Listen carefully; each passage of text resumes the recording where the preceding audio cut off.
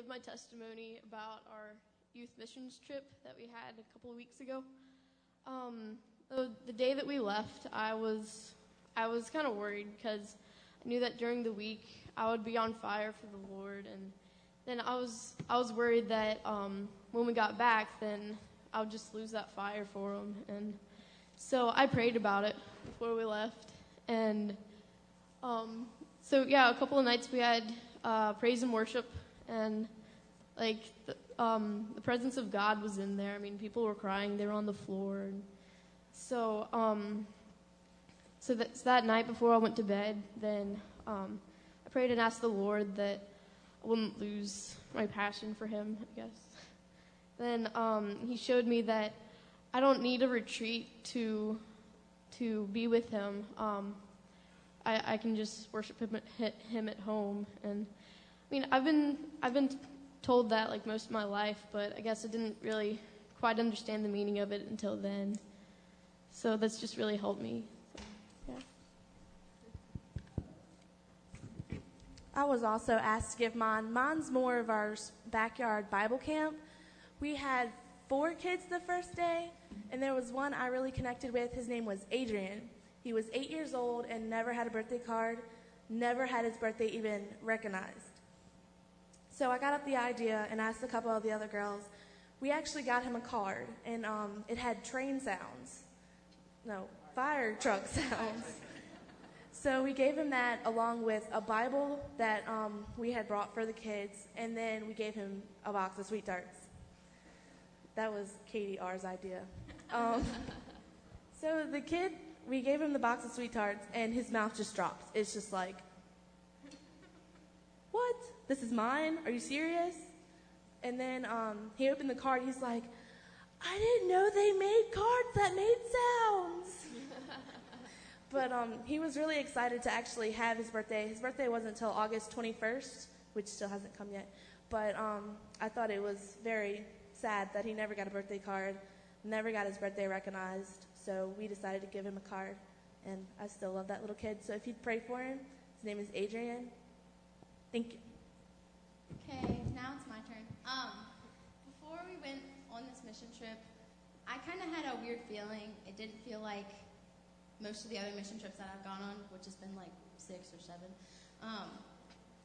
And so I was kind of worried going into the week. Like, I didn't really know what to expect, because I thought I did from all the other mission trips, but I just kind of knew that this one was going to be different. When we got there and when we started doing praise and worship and just like at night times and then doing our performances during the day, I just realized with a lot of the other people in the group that God was working a lot in our youth group as well as in the community. And I feel like God worked so much in our lives as we worshiped at night that allowed us just to overflow with His love for the kids that we worked with at the sports camp and at the Backyard Bible Club, which was really exciting to me. And then also the last night that we had worship was mind-blowing. Everyone was crying. Everybody was on the floor, faces down, just worshiping. It was really amazing. Everybody was taking turns leading worship. Corey did like really, really good prayers, led everybody into the worship. And then that's the night that we had communion, because it was the night before we were going to leave. And the night meant so much to me, looking back on it, and I'll never forget it.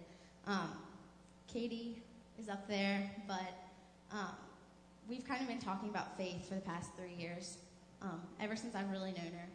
And on this mission trip, she didn't really know why I wanted her to go, but I told her that she wasn't going to understand until she went with us. And so she came on the trip at the last minute, and that was just a miracle in itself. And that night, she was crying, and she doesn't like people to know she was crying, but she was crying. And I asked her if she was ready to go take communion. And she kind of looked up at me, and she was just like, I don't know what to do. And so I took her hand, and we walked over to the table, and I really felt the Lord use me, and it was just such a great gift after 3 years that I got to pray with her and I got to help her and walk her through the steps of communion and got to pray with her to take Jesus into her life. And also, my little sister Abby also accepted Christ on the mission trip, and so it was really, really life-changing for me, and it's probably the best mission trip I've ever been on, and I'll never forget it. All right, I wanted to talk to you guys about worship. When we first started YPAT, we have a lot of different songs we choreograph and sing to, and I also have a solo. And I thought a lot about how I was sounding.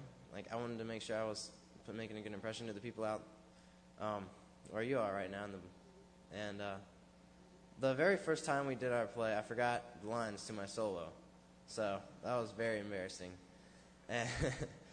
And I got to thinking, and I realized that I was singing for the wrong reasons. Even when we're up there performing, you need to just be worshiping God. Like up here, we're not just performing for you, we're performing for God.